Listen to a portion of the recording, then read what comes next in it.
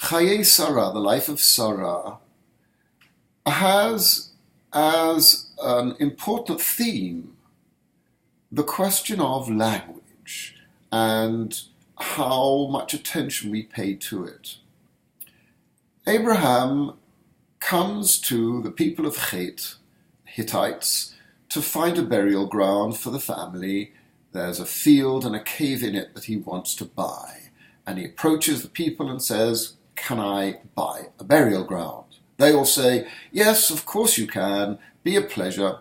But the land you want belongs to Ephron. You have to approach him directly." So he goes to Ephron, and Ephron says, "Yes, of course you can have this land. No pleasure.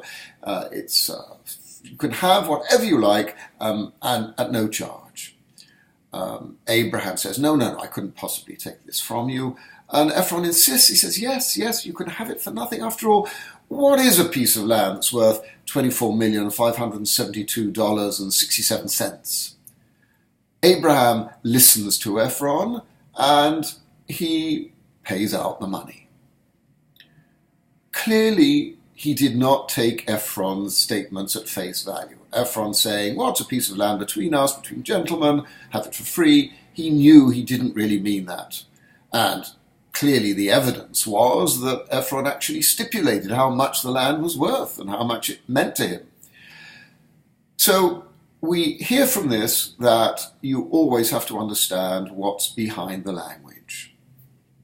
Then we move on to Abraham asking his servant, really it's his estate manager, not named as Eliezer, but later on he's identified as Eliezer, to go and find a wife for his son. And he says to him, "I want you to go back to my birthplace, and I would like you to find a wife for my son."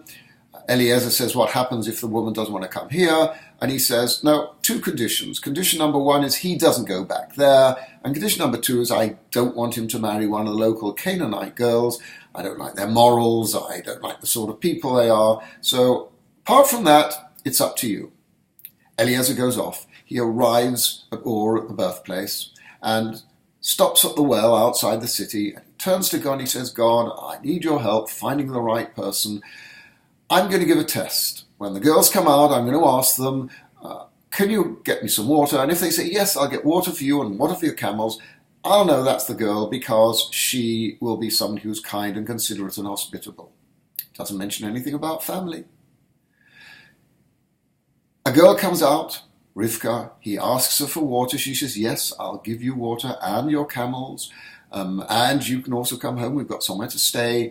And he says, "That's the girl," and immediately takes out some gold and silver and gives it to her, kind of an engagement present, if you like. And then he says, "Where are you from?" And she says, "I'm the daughter of Betuel," and he realizes she's family. Then when he goes to negotiate with the family, he says, "My master specifically said I should go back to my family and find a girl," which is not what the text actually says.